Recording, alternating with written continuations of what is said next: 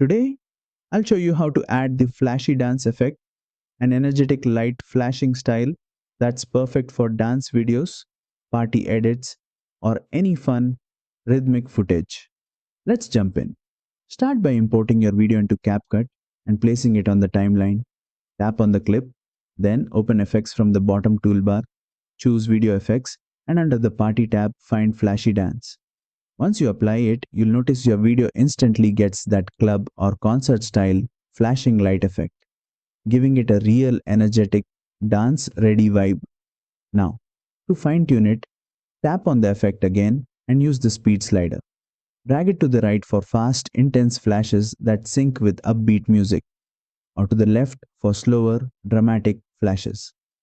Play it back and see how the effect elevates your clip, turning any ordinary scene into a party moment.